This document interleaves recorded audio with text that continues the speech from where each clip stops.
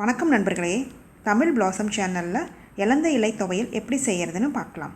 அதற்கு தேவையான பொருட்கள்: மஞ்சத்தூள் 1/4 டீஸ்பூன், 3 வரமிளகா, 1/2 டீஸ்பூன் மிளகு, 10 பூண்டுப்பல், 15 சின்ன வெங்காயம், தேவையான அளவு உப்பு, 2 டேபிள் ஸ்பூன் தேங்காய் துருவல்.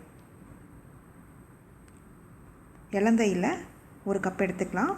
20 இலை எடுத்தால் போதும். ரொம்ப எடுத்திங்கன்னா கசப்புத்தன்மை ஜாஸ்தி இருக்கும். அதுக்கேற்ற மாதிரி தேங்காயும் சின்ன வெங்காயமும் சேர்த்துக்கோங்க, கசப்புத்தன்மை கம்மியாகும். வானலியில் நல்லெண்ணெய் ஊற்றிக்கலாம் 2 டீஸ்பூன்.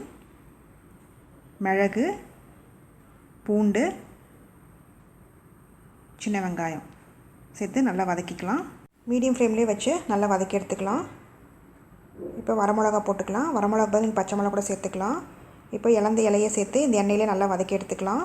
இலந்தை இலையில் ஏராளமான நன்மைகள் இருக்குது. இது தேநீராக குடிச்சிட்டு வந்தோம் அப்படின்னா மூளை சுறுசுறுப்பாக இருக்கும், உடம்பு நல்லா புத்துணர்ச்சியாக இருக்கும். இப்போ மஞ்சத்தூள் சேர்த்துக்கலாம். சேர்த்து நல்லா வதக்கிக்கலாம். புழுவெட்டி இலை நிறைய போக்கும். உள்ளங்கையில் ஈரப்பதம் ஜாஸ்தி இருந்ததுன்னா இதை அரைச்சி தேய்ச்சிட்டு வந்தோம் அப்படின்னா உள்ளங்கையில் இருக்கிற ஈரப்பதம் குறையும். நல்லா வதங்கிருச்சு பாருங்கள். இப்போ தேங்காய் திருவலை போட்டு நம்ம அடுப்பை ஆஃப் பண்ணிடலாம். இது ரொம்ப கசப்புத்தன்மை ஜாஸ்தி இருக்கிறனால நீங்கள் இலையை கொஞ்சம் கம்மியாக சேர்த்துக்கோங்க. தேங்காயும் வெங்காயமும் ஜாஸ்தி சேர்த்துக்கோங்க. நல்லா ஆறிடுச்சு. இப்போ நைஸாக விழுதாக அரைச்சி எடுத்துக்கலாம். தேவையான அளவு தண்ணி ஊற்றி அரைச்சிக்கலாம். இப்போ உப்பு தேவையான அளவு சேர்த்து நல்லா விழுதாக அரைச்சி எடுத்துக்கலாம்.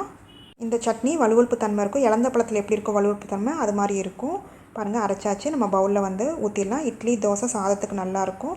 சுவையான இலந்தை இலை துவையல் ரெடி ஆயிடுச்சு. இந்த ரெசிபி செஞ்சு பார்த்துட்டு உங்களோட கமெண்ட்ஸ் என்னன்னு சொல்லுங்கள். பிடிச்சிருந்தால் லைக் பண்ணுங்கள், ஷேர் பண்ணுங்கள், சப்ஸ்கிரைப் பண்ணுங்கள்.